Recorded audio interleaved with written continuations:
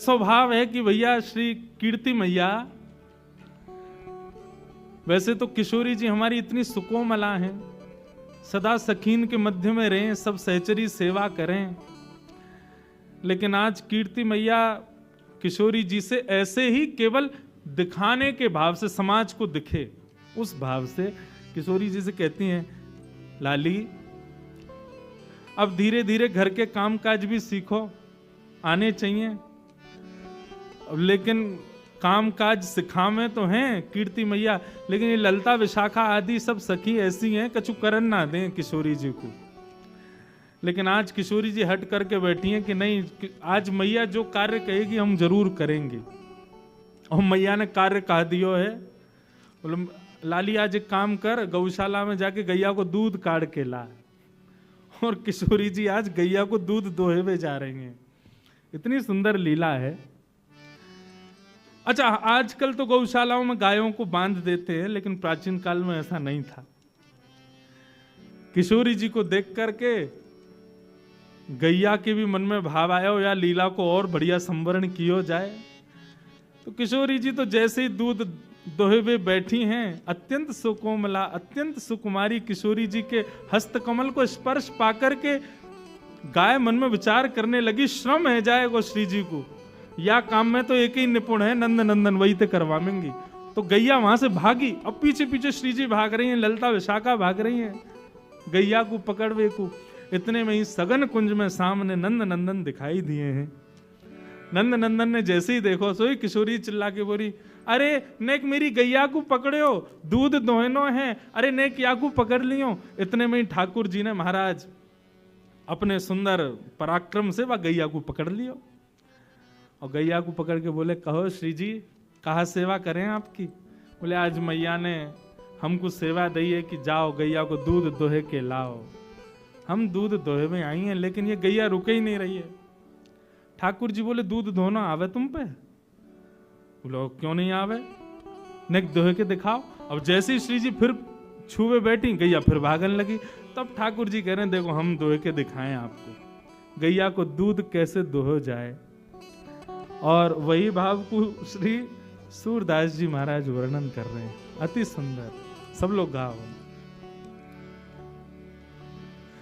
कौन दुहावे गैया तुम पे, कौन दुहावे गैया तुम पे, कौन दुहावे गैया तुम पे, कौन दुहावे गैया तुम पे, लिए रहत हो कनक दोहनी, लिए रहत हो कनक दोहनी, लिए रहत हो कनक दोहनी, लिए रहत हो कनक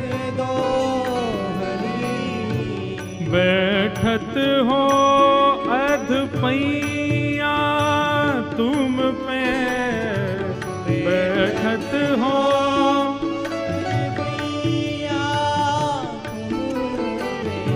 बैठत हो अध पैया तुम पे, बैठत हो अध पैया, कौन दुहा गैया तुम पे, कौन दुहावे गैया तुम पे, कौन दुहावे गैया तुम पे, कौन दुहावे गैया। अति रस काम प्रीत जाने के, अति रस काम प्रीत जाने की, आवत खरिक दुह दुहैया तुम पे आवत।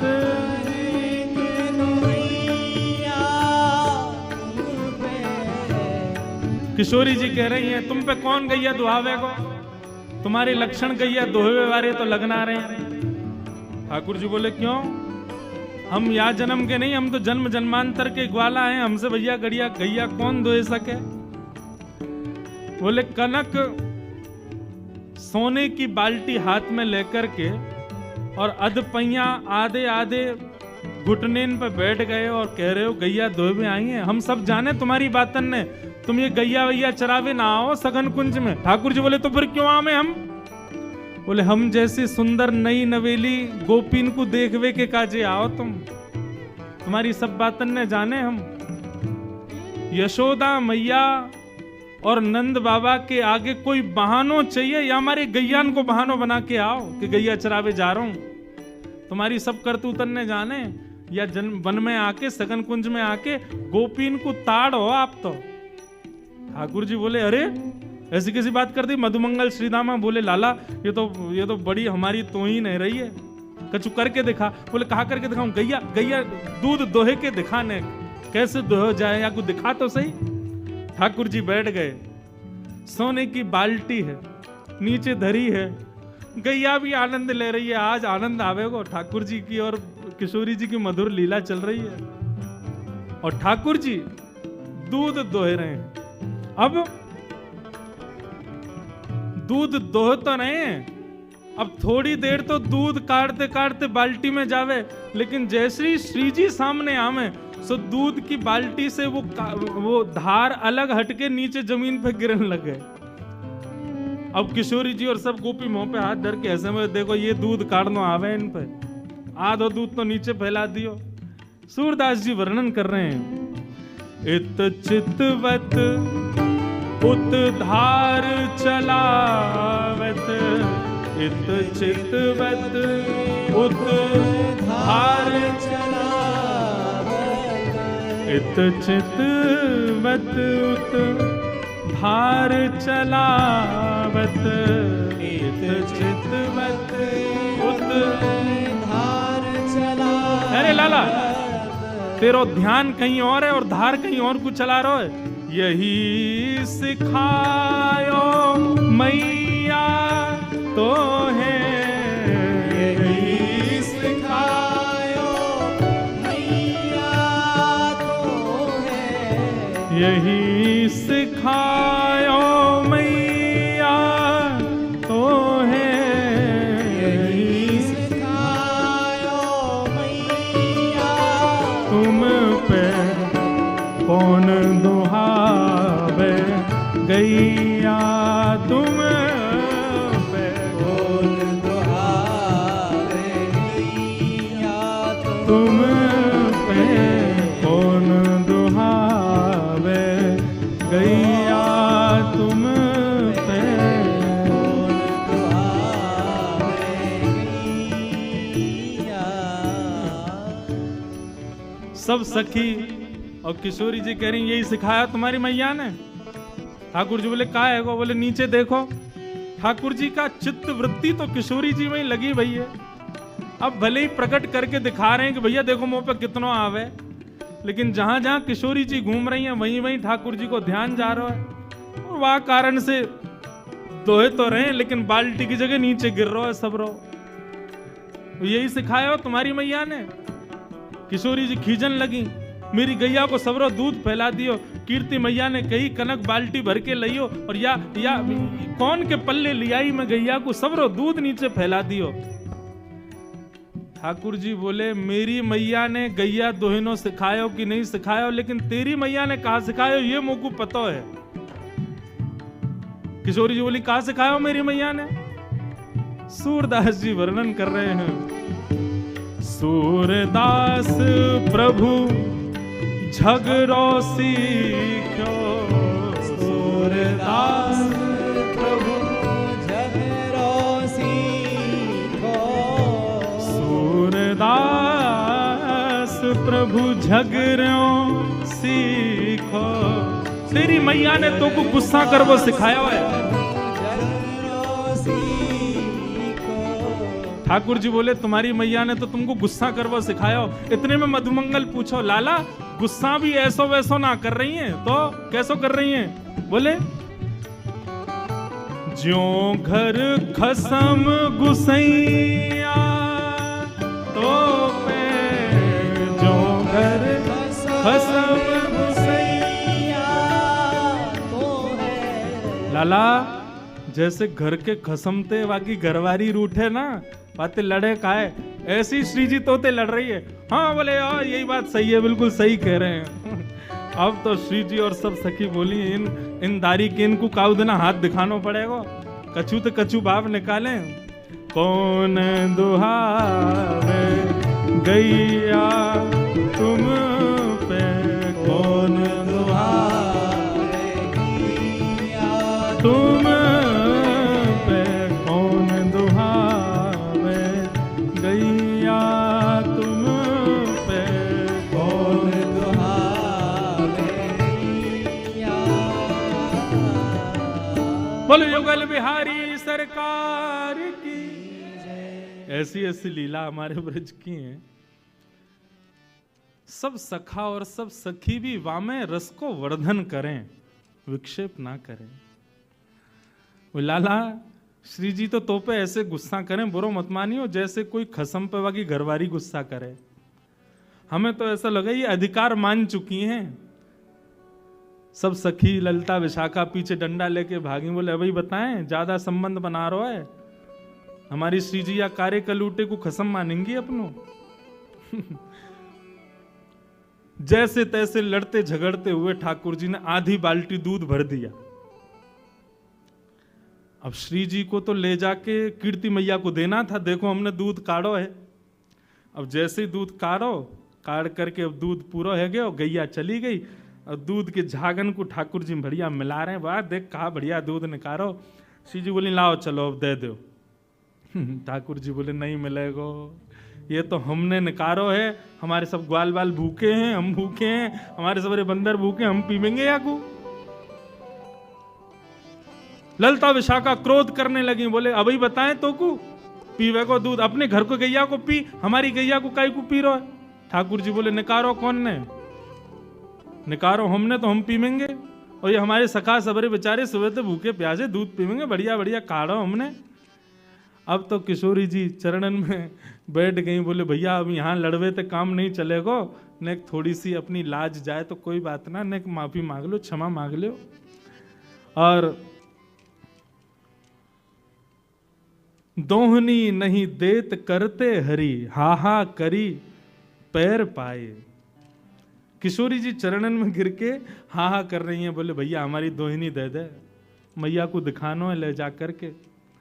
और जैसे ही श्री जी प्रार्थना कर रही हैं कि हमारी दोहिनी दे दो, सो ठाकुर जी को और आनंद आ रहा हो। बोले अच्छा श्री जी चाहिए? बोले हाँ, एक बार और हा करो। श्री जी फिर कह रही हैं भैया तेरे हाथ जोड़ रही हैं, जो तू कहेगो सो करेंगे, हमारी दोहिनी दे दे, मैया को जाके दिखाना है। तब खूब परेशान करके खूब श्री जी को श्रमित करा के तब अंत में ठाकुर जी ने दोहिनी प्रदान करी है। ऐसे हमारे दोहिनी गाय दोहन लीला हमारे ब्रज में भई है ठाकुर जी की और श्री जी की। मैया को जाकर के श्री जी ने प्रदान कर दिए। बोले ले हमने दूध निकारो। आज कीर्ति मैया ने खूब नजर उतारी है, बलैया लई है। बोले जय हो हमारी श्यामा जू ने आज पहली बार दुग्ध निकारो। महाराज पूरे बरसाने में एक एक बूंद भर दूध की बांटी गई है। क्यों? श्री जी ने दूध निकारो है। लेकिन असलियत तो सब जानने कौन ने निकारो, हमारे लाला निकार के लाए हैं।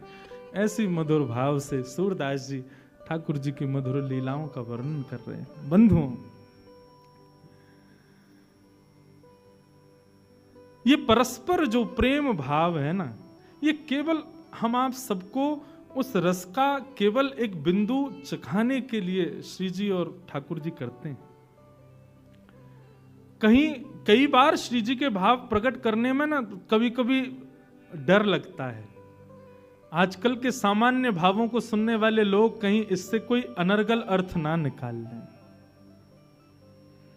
हमारी श्यामा जू, हमारी किशोरी जू, उनके भाव में कहीं कोई विश्लेष ना आ जाए, इसलिए भय लगता है कभी कभी। लेकिन हमारी श्री जी को प्रेम कैसा है पता है? अंतर्निष्ठ प्रेम। अंतर्निष्ठ प्रेम किसे कहते हैं? सामने देखोगे तो ऐसा लगेगा कि लड़ रही हैं, गुस्सा कर रही हैं, लेकिन जैसे ही श्याम सुंदर चले जावे वाके बाद श्री जी को प्रेम मानो रोम रोम से प्रकट हो गए। और वह सुंदर प्रेम को वर्णन श्री नंददास जी महाराज अपनी वाणी में करें। बहुत सुंदर भाव है। हमारी और सर्वेश भैया की आपस में एक दूसरे को पदावलियों की वो होती है, क्या बोलते हैं उसको, कंपटीशन होता है, पद भेजो कंपटीशन। ये पद भेजते हैं तो मैं सोचता हूं इससे दुगना बढ़िया भेजूंगा। ये जो पद भेजते हैं उससे मैं रात भर चिंतन में चला जाता हूं, फिर हम ऐसा पद भेजें ये एक आध महीना को चिंतन में चले जाएं। तो किशोरी जी का एक सुंदर भाव श्री नंददास जी वर्णन करते हैं। किशोरी जी का प्रेम कैसा। अब गैया दोह के तो आ गई वापस, वहां तो खूब लड़कियां आई, झगड़ के आई हैं श्याम सुंदर से, लेकिन अब एकांत में जब बैठी हैं तब श्याम सुंदर को स्मरण करते हुए किशोरी जी कितने सुंदर भाव कह रही हैं। आहा,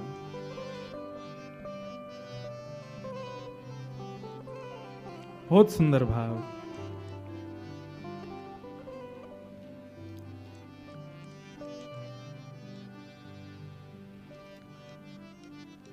मैं पछहार रही बहू तेरो,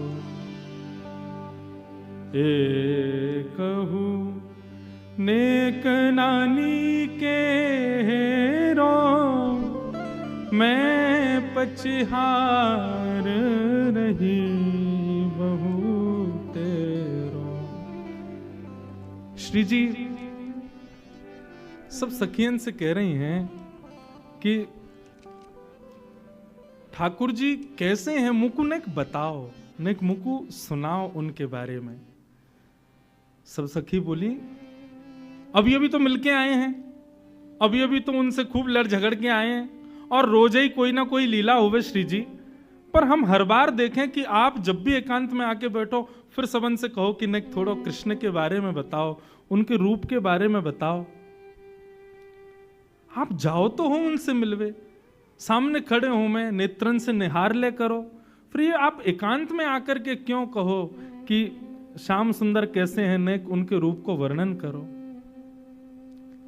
ठाकुर जी हूं में तो हैं सन्मुख, वही समय देख ले करो उनको। तब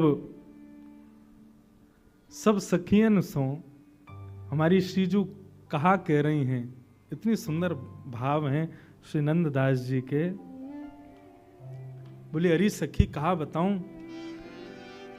तुम लोग बड़ी सौभाग्यशाली हो जो नयन भर के श्याम सुंदर को देख लेती हो, लेकिन मेरी स्थिति ऐसी होती है कि एक क्षण से अधिक यदि मैं नेत्रों से श्याम सुंदर को देखती हूं तो उतने में मेरी स्थिति क्या होती है, छिनहि में भर आवत पानी, श्याम रूप कहाँ छिन में जान। ऐसा रूप है श्याम सुंदर को कि मैं एक क्षण से भी ज्यादा निहारवे को प्रयास करूं तो एक क्षण से अधिक देखने पर मेरे नेत्रों में जल आ जाता है। मुझे नेत्र बंद करने पड़ते हैं। दो कारण हैं, पहले तो जल आ जाता है, कहीं और रुदन ना हो जाए, कहीं और जल आया तो श्याम सुंदर श्रमित हो जाएंगे। वो जो लीला हमारी मान की थोड़ी झगड़े की चलती है, उस बीच में यदि अश्रुपात हो जाए तो ऐसा लगेगा रस में नमक घोल दिया हो। इसलिए मैं जानबूझ करके श्याम सुंदर से अपने नेत्रों को बचाती हूं, उनको नहीं देखती। क्यों? एक क्षण से अधिक देखूं तो नेत्र सजल हो जाते हैं। बंधुओं, श्री जी के प्रति श्याम सुंदर के भाव सुनोगे ना, सुख मिलेगा, लेकिन श्याम सुंदर के प्रति श्री जी के भाव सुनोगे ना, नेत्र सजल हो जाएंगे। छिनहि में भर आवत पानी, श्याम रूप कहाँ जिनमें जान। एक क्षण में ही मेरे नेत्र सजल हो जाते हैं, मैं उनके रूप को निहार नहीं पाती हूं। और दूसरा भाव क्या कहती हैं? दूसरा भाव में ठाकुर जी को इसलिए नहीं देख पाती, नैन दो छवि अमित अगाधा।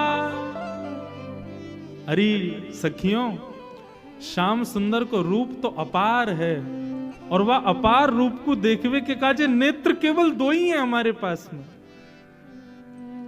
भाव समझिएगा, नयन दो छवि अमित अगाधा, और उसमें भी तापर पलक करत हैं बाधा।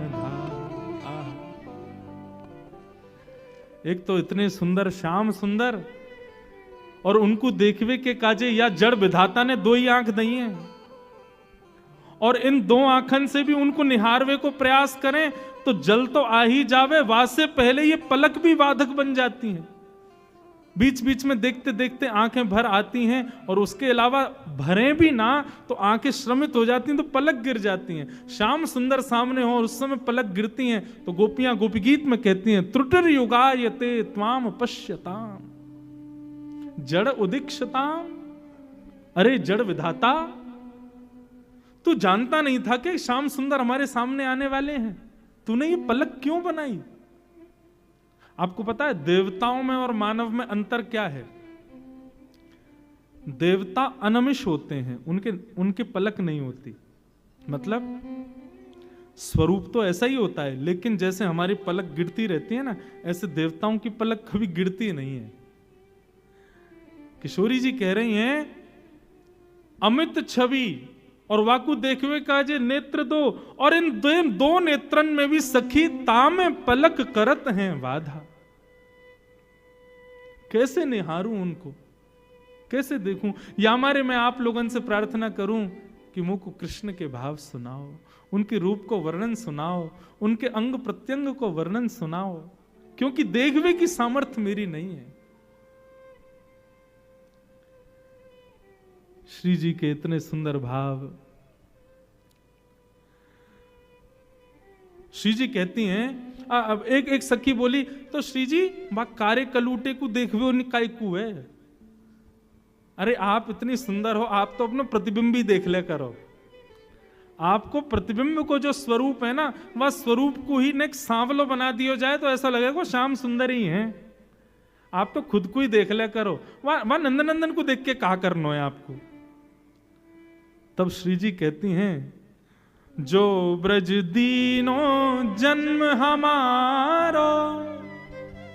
अरे सखियों ध्यान से सुनो, यदि ब्रज में हमारा जन्म हुआ है तो ब्रज में जन्म लेने का एक ही कारण है। क्या? जो ब्रज दीनो जन्म हमारो, देखन को मन मोहन प्यारो। ब्रज में जन्म खाने पीने हंसने बैठने घूमने फिरने के लिए नहीं हुआ है। इस ब्रज में जन्म केवल श्याम सुंदर मनमोहन को देखने के लिए ही हुआ है। उनको नहीं देखेंगे तो कैसे काम चलेगा?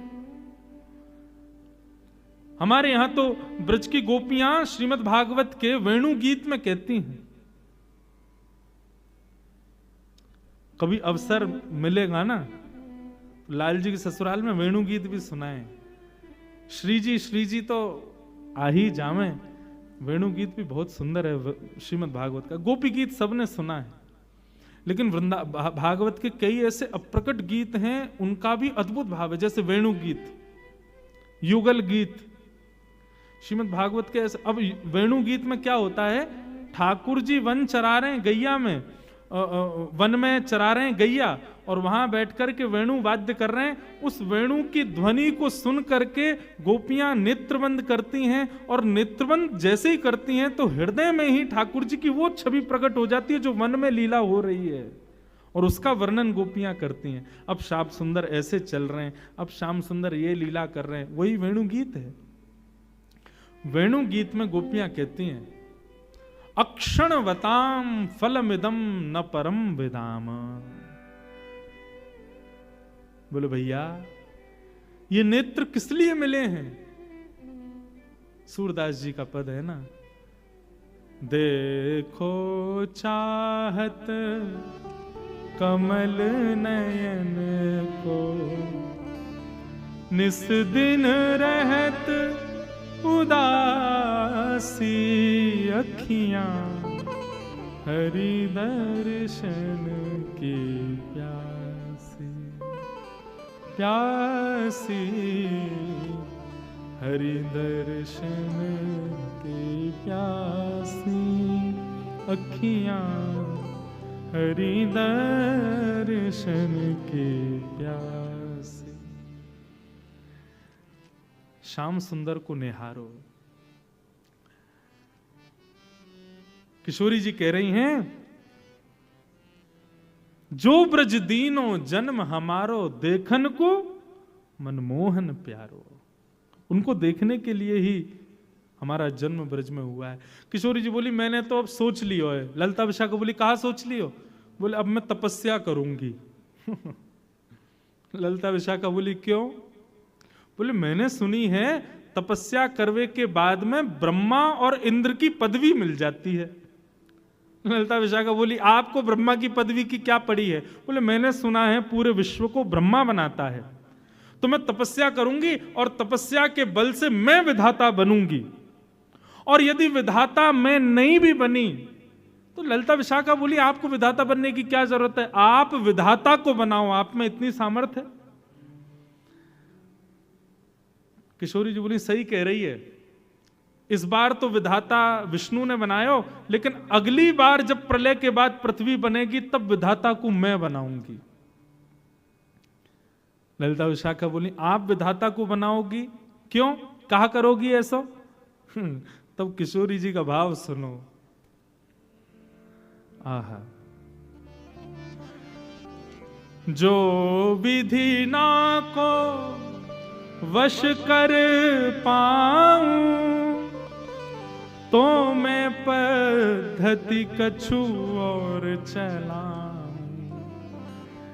विधाता जब मेरे चयन से बनेगा तो फिर मेरी जैसी इच्छा होगी वैसा विधाता पृथ्वी को बनाएगा, वैसे पृथ्वी के मानवों को बनाएगा। बोले, अच्छा, तो आप विधाता से कैसे मानव बनवाओगी? बोले, या विधाता ने तो 2 आंख वाले मानव बनाए, लेकिन जब मैं विधाता को बनाऊंगी या मैं विधाता बनूंगी, तब रोम रोम प्रति नैन बनाऊं। मैं विधाता को आज्ञा करूंगी कि भैया मानव बनाइयो, लेकिन मानव के जितने तेने रोए बना दिए ना बेमतलब के, कहा काम है इनको? इन प्रत्येक रोम में नेत्र प्रकट कर दियो। रोम रोम प्रति नैन बनाऊं, क्यों? ताकि अमित अगाधा स्वरूप जो श्याम सुंदर को है, हमारो अंग अंग वाको दर्शन करे, हमारो अंग अंग वाको निहारे। और सखी ने को एक और बात सुन, रोम रोम प्रति नैन बनाऊं, और उसमें भी इकटक रहें, ये नेत्र सदा खुले रहें, श्याम सुंदर को देखते रहें, उसके लिए पलक न बनाऊं। रोम रोम प्रति नैन बनाऊं, इकटक रहें पलक न बनाऊं। तब का होगा? तब कछु कहे हुए सखी सब पूरन मन के आन। किशोरी जी कह रही हैं, तब हमारी मन की मनोकामना पूरी होगी, और उस समय जब हमारे रोम रोम में नेत्र होंगे, बिना पलक के नेत्र होंगे, और जब श्याम सुंदर हमारे सामने आएंगे, तब अपने प्रत्येक रों से उनका दर्शन करेंगे, तब हमारे मनोरथ पूर्ण होंगे, तब हमारी मनोकामना पूर्ण होगी। अब देखो, कृष्ण सन्मुख की किशोरी जी और कृष्ण विमुख किशोरी जी के भाव। आप यूं मत सोचियो कि हमारी किशोरी जी को कृष्ण के अधीन बता रहे हैं ये, रुक जाओ, कल अभी आ जाएगा तो ठाकुर जी को अधीन बता देंगे। वहां में कोई अंतर थोड़ी, दोनों एक दूसरे के अधीन हैं, सदा एक दूसरे के सुख के भाव में तो विराजमान रहते हैं। हमारे बिहारिन देव जी तो एक पद में वर्णन करते हैं कि भैया ठाकुर जी मुकुट क्यों पहनते हैं पता है? अच्छा मुकुट भी पहने तो सीधो पहनने बाद टेढ़ो क्यों पहने? तो बिहारिन देव जी का वो पद है, कल सुनाऊंगा, वो पद मुझे स्मृति में नहीं, उसमें बिहारिन देव जी का भाव है कि वो टेढ़ा मुकुट इसलिए पहनते हैं ताकि किशोरी जी जब संग चलें तो कहीं धूप की छांव, धूप के प्रकाश से किशोरी जी के चरणन में श्रम ना आ जाए, इसलिए छतरी पकड़वे को इतनो अभी समय ना है, तो अपने मुकुट को ही ऐसो टेढ़ो करके चलें कि मानो श्री जी जब चलें तो उनकी श्री जी के चरणन के ऊपर छतरी को काम ठाकुर जी को मुकुट करते हुए चले, ताकि श्री जी के चरणन को धूप के सूर्य के प्रकाश से कोई श्रम नहीं आ जाए। दोनों ही अधीन हैं। ऐसे भवसागर में गोते लगवा देंगे महाराज कि जीवन भर उससे कभी निकल नहीं पाओगे। ऐसे हमारे श्री जी और ठाकुर जी के मधुर भाव हैं।